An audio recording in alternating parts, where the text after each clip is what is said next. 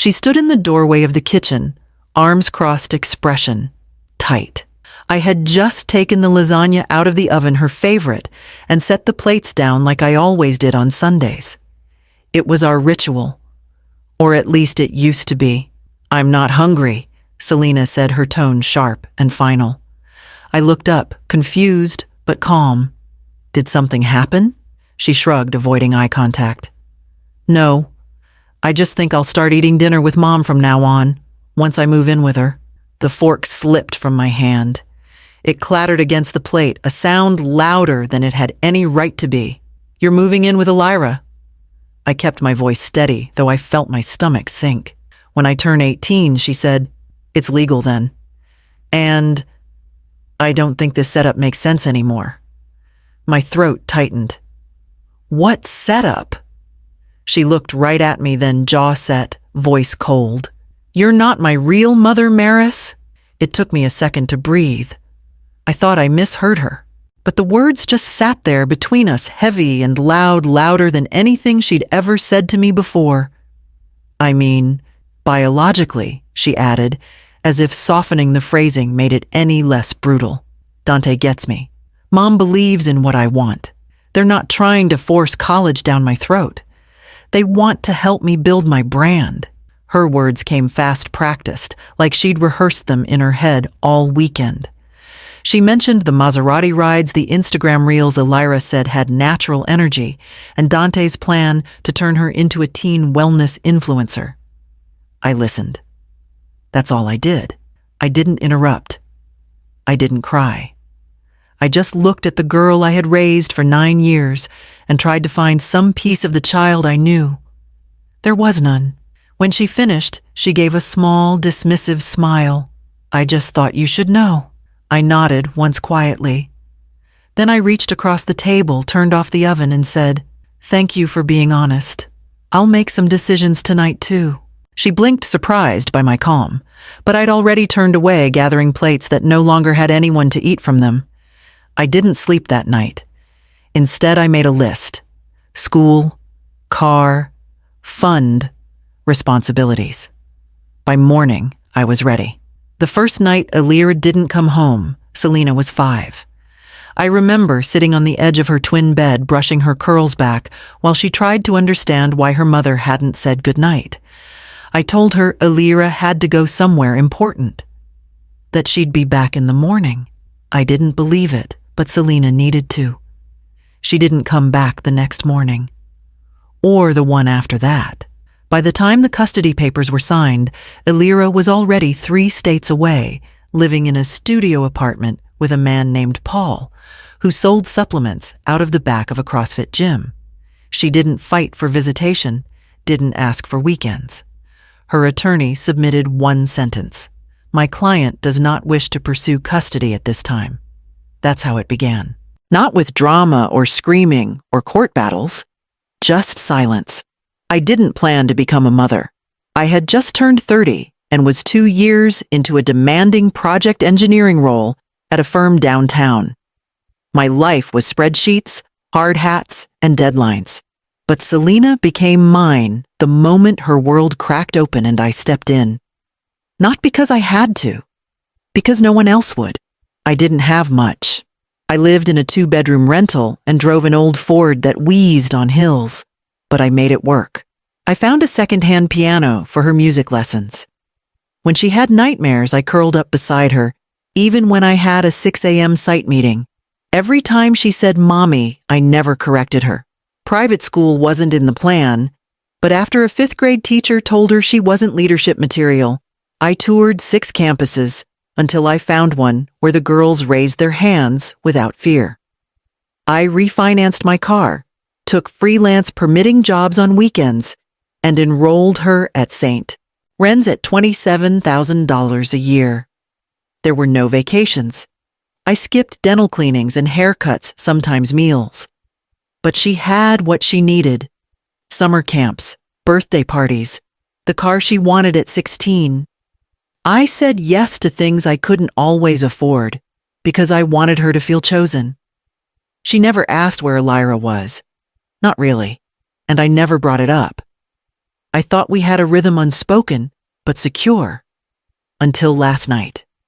Until that sentence. I'm not your real mother. And now, as I stare at her untouched plate and the cold lasagna, I realize there's one more sacrifice left to make, one that won't come with a thank you, one that might be the hardest of them all. Elira reappeared like a storm that had been building for years and finally decided to arrive on a sunny day. Her entrance wasn't subtle.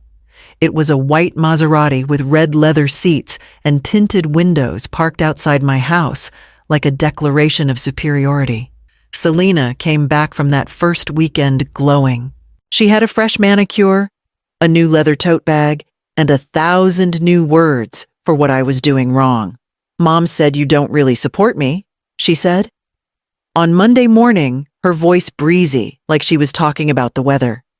She says I should be building my brand now, not wasting time on algebra and essays. I kept my hands still as I poured her orange juice.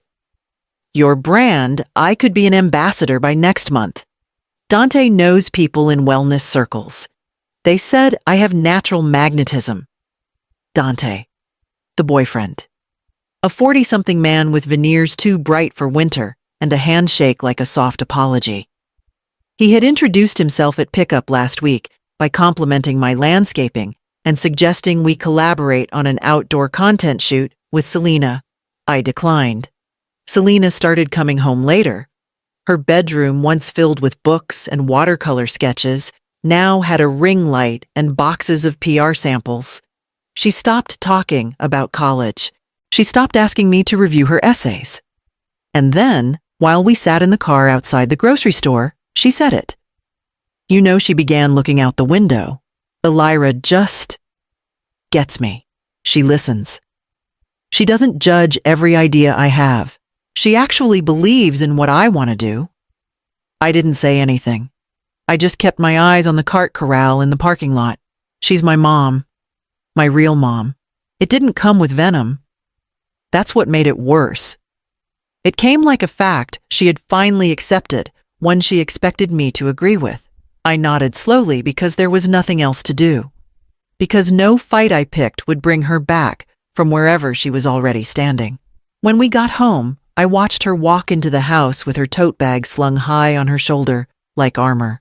I sat in the car a few moments longer and thought about everything I had built for her. Then I went inside, opened my laptop, and began drafting the emails I would send the next morning. I waited until Monday morning. Selena was halfway through her cereal scrolling on her phone when I slid the envelope across the table. She didn't look up right away. What's this? She asked, still tapping her screen. Withdrawal forms from Lakeside. I've already spoken to the administration. You'll have 5 school days before they remove you from the roster. Her spoon clinked against the bowl. What are you talking about? I'm terminating your enrollment, I said, my voice even. Effective this week. She blinked like I was speaking a language she didn't recognize. You can't just. Mom said I'm staying through senior year. Elira isn't paying the tuition. I am. And now I'm not. I stood up, walked to the counter and retrieved the spare keys to the BMW. I placed them gently on the table. You'll leave the car parked in the garage this week. I've scheduled a pickup with the dealer for Friday. Her voice rose.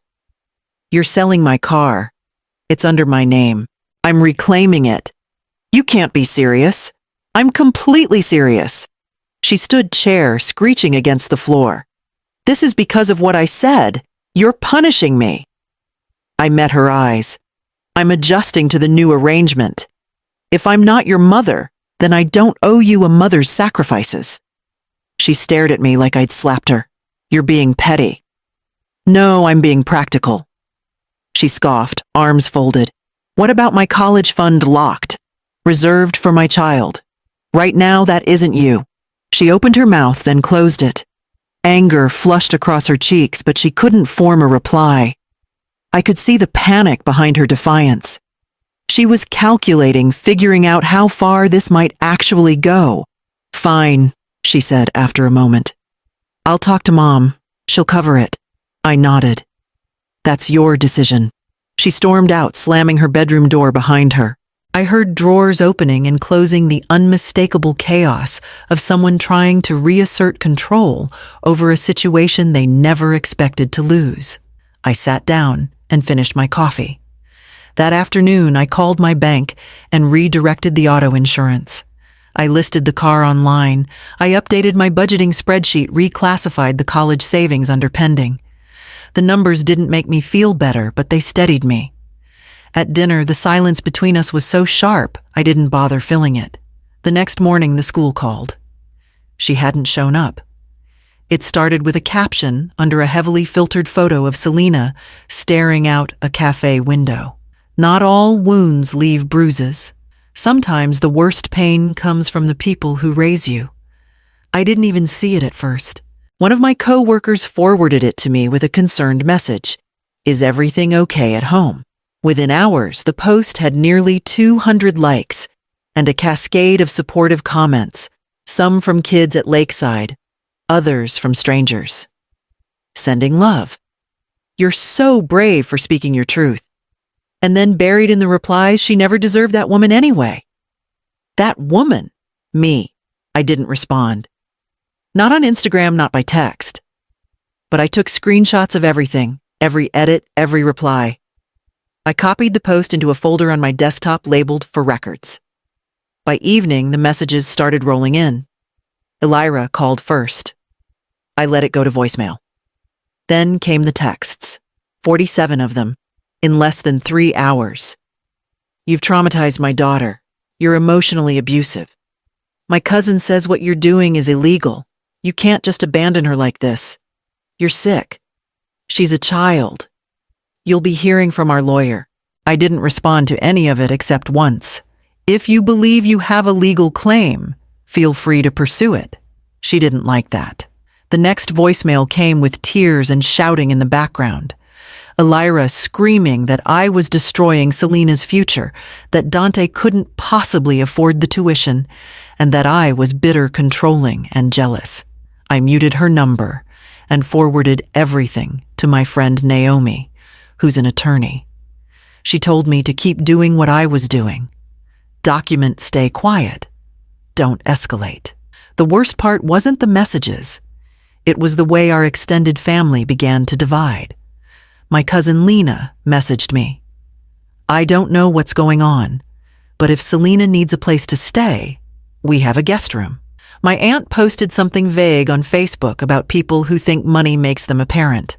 It got 5 likes. I knew who it was aimed at. But for every passive jab, there was someone else who saw through it. My brother Alan texted, "She's spiraling. Just keep your head down. You did everything for that kid." I went to bed that night exhausted but strangely clear. By the next morning, Selena's post had made its way to Lakeside's faculty group chat. The call from Lakeside came late Friday afternoon. The administrator's tone was clipped but polite. Selena's tuition has not been paid. As per policy, she will be officially withdrawn from the school roster at the end of business today. I thanked her and hung up. I had nothing left to say. I had said everything a week ago. That evening, Selena came home in a state I can only describe as breathless. Her makeup was smudged, and her tote bag hung lower than usual, dragging slightly on the floor. "They kicked me out," she said, not looking at me. "Lakeside." Just like that. I didn't speak. I knew she wasn't talking to me so much as venting at the walls. I called Mom. She said she was working on it. But then she stopped. "Rico's in jail." I looked up from my laptop. "Jail." She nodded, biting the inside of her cheek. "They said he was selling fake workout stuff. Supplements. Like powder with flour or something. One of his clients ended up in the ER. I closed my screen. I didn't say I told you so. I didn't say anything. Because humiliation was already peeling the shine off everything she had clung to. By Monday, she was enrolled at Prescott High, the closest public school in our district. Her first day back in a shared cafeteria was a blow she didn't see coming. No curated uniform, no luxury lunch delivery, just a plastic tray, an underfunded guidance office, and kids who didn't care who she used to be. That evening, I heard her crying in the bathroom. She didn't speak to me over dinner. She didn't need to. I could see it written all over her how quickly Elira stopped returning texts, how none of her influencer followers offered help, how no one from Lakeside even asked where she went. She'd spent years crafting a version of herself, wrapped in boutique brands, extracurriculars, and curated photos. Now she was standing in a crowded hallway with kids who saw right through it all. At night, I heard her scrolling her phone, but the usual ping of notifications was gone. Silence has a sound when you're used to being watched. The car had been picked up that morning. I heard her watching from her bedroom window, but she never came out. By Thursday, she stopped posting entirely. I found it on my nightstand after work, folded once, no envelope, her handwriting just slightly uneven, like her hand had shaken. Mom. I sat down on the edge of the bed before reading the rest. I don't know how to say this out loud, so I'm writing instead. I know I said some awful things. I know I tried to make you the villain because it made things easier. Elira filled my head with so many ideas, how I was being held back, how you didn't understand me, how I could have more. I believed her. I wanted to believe her, because it made me feel like I didn't have to try so hard anymore, like I could just skip the hard work and be someone important. I didn't see what I was trading. You never made promises. You just showed up. Over and over. Every time. I didn't get that until it stopped. I don't care about Lakeside. I don't care about the car. I don't even care if you never trust me again. But I do care about you. I miss you. Not the stuff. Not a school. You. I just want you to be my mom again. If you still want to. There was no signature. Just that last line trailing off into white space, like she'd run out of air. I read it twice. Then I folded it and placed it inside the drawer without a word. That night I didn't knock on her door. I didn't leave a note in return. I didn't send a text. Some lessons need silence to settle, and some apologies have to float in the dark before they're answered. The next morning she sat across from me at the table, quiet. Her eyes were swollen. She didn't touch her toast. Neither of us said anything, but for the first time in weeks, she didn't look through me. She looked at me. And in that look, there was something close to waiting. We sat on the back porch. Sunday morning, mugs of tea between us, steam curling into the cool air. She hadn't asked to talk, but when I sat down, she followed. That felt like enough of a beginning. I read your note, I said. She nodded, eyes down. I meant it. I know. We sat for a while in the hush of the yard. No demands, no accusations, just the tension of two people who had circled each other too long without speaking what needed to be said. I can't pretend none of it happened, I said. But I'm willing to start again.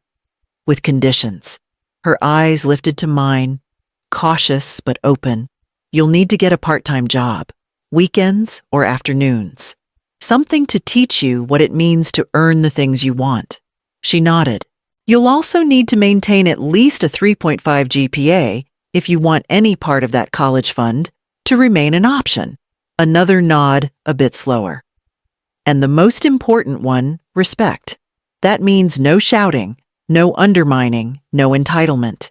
You don't have to agree with me, but you do have to treat this house and me with decency. This time, she swallowed hard before answering. Okay, I mean it, Selena. Trust doesn't reset with an apology. It rebuilds with time. I understand, she said. Her voice wasn't small, it was clear in that way. Truth sometimes is. I don't expect you to trust me yet. I looked at her for a long moment. But I want to. She smiled just a little. There's this girl at Prescott, she said, after a pause. Naomi. She's in my AP Lit class. She saw my Instagram post before I deleted it and told me I sounded like a spoiled brat. I raised an eyebrow. She wasn't mean about it, just honest. She said, if your mom gave you everything and you threw it away for aesthetics, that's on you. Then she lent me her notes. Sounds like someone worth knowing. She is, Selena said. She's different. Real. I nodded and reached for my mug again. So are you. She didn't say anything back. Just sat there beside me, wrapped in her sweatshirt, staring out at the fence, like maybe for the first time in a long time, she saw the edge of something and wanted to stay inside it. That afternoon, she offered to make dinner. The eggs were rubbery and the toast was burned, but she set the plate down in front of me like she was serving something precious. I didn't know you liked your bacon crispy, she said, sliding into the seat across from me, cheeks flushed. I didn't know you were learning to cook, I answered. She shrugged. Trying. We ate in silence, but it was the kind that didn't need filling. No tension, no shame. Just the quiet rhythm of two people figuring each other out again. In the weeks since our talk, Selena had stayed off social media. She deleted her influencer pages, archived the photos, and stopped counting likes. Instead, she started collecting community college brochures and asking about used cars. She'd picked up a weekend shift at the bakery 2 blocks down. Naomi helped her fill out FAFSA forms on a Saturday afternoon. I watched her move through these small adult steps with a kind of cautious pride. I didn't celebrate everything aloud. I didn't want her chasing praise. But I noticed. Sometimes at night, I still heard her crying. Not often. Just enough to remind me that rebuilding comes with splinters. But she never cried over Elira anymore. Not once. Elira, for her part, posted a story last week with a picture of a sunset and the words, "Some people will use your love until it breaks you. Rise, anyway." Rico was facing 3 years minimum for supplement fraud. Selena hadn't asked about either of them since the day she showed me her new work schedule. She'd made her choice. I didn't feel like I'd won anything. There was no victory in watching a child fall apart, but I had stopped losing pieces of myself trying to be someone I wasn't asked to be. Now we were just here. Me, her this burnt breakfast, and a quiet Sunday. She looked up from her plate. "Do you want tea?" "Sure." She got up and filled the kettle. And for the first time in a long time, I didn't wonder if she'd come back to me. She already had.